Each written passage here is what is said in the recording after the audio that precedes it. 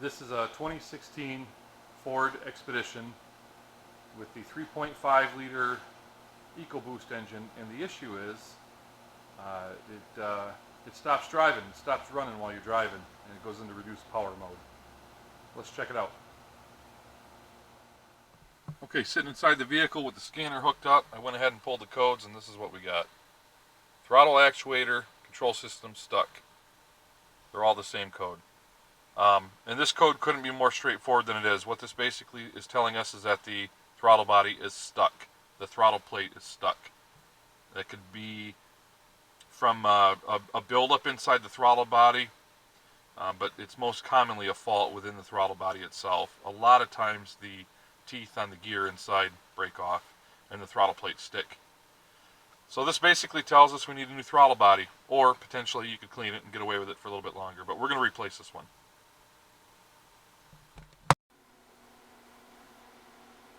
Looking underneath the hood of the car, our throttle body lives right there, so that's easy enough. We'll just take this hose clamp off, move this out of the way, and we'll have direct access to the throttle body.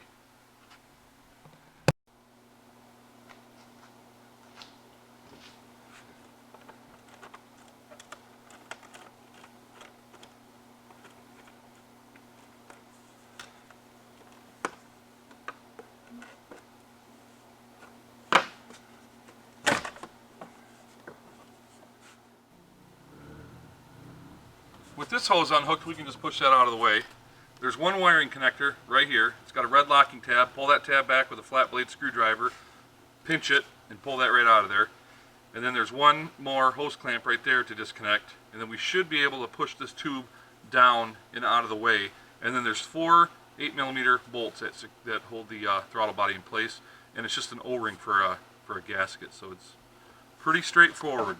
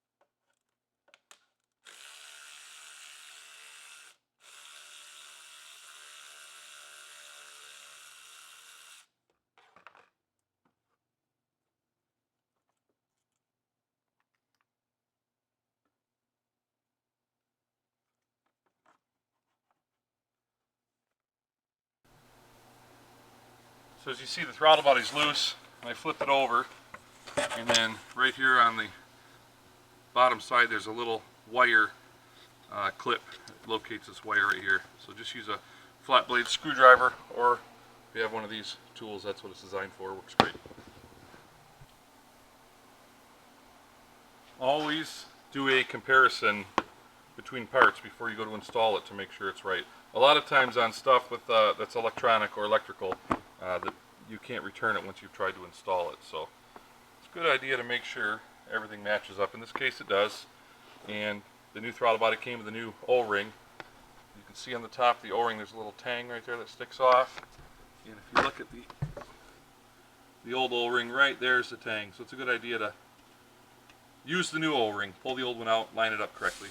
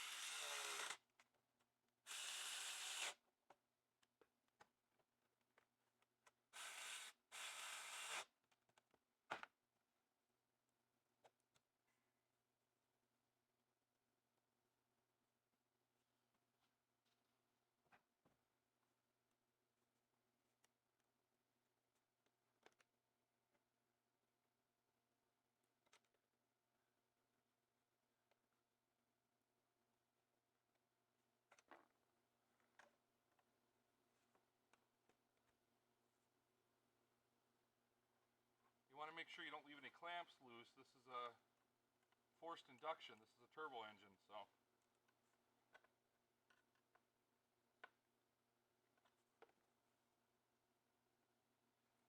it is that simple. Let's go clear the code and test drive it. Okay, we're back in the car. We're going to clear the DTCs. Yes. Completed, it says. Now, when I first, there is no DTC, that's good news.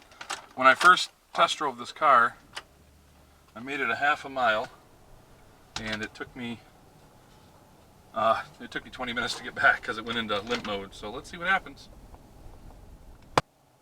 Okay, so I made it back, so the vehicle's fixed. That was super easy. You can do it. If your vehicle's having this problem, take it into one of the like AutoZone or Advanced Auto, O'Reilly's, any of the major parts stores. They will scan it for you for free because they want to sell you parts. Have it scanned. If it's got that same code, that P2112, it is only going to be the throttle body. Replace your throttle body. A lot of people are hard pressed. You got to buy a factory throttle body. It's your preference. Put a throttle body on it. Fix it. Thanks for watching. Hit subscribe. Check out my other videos.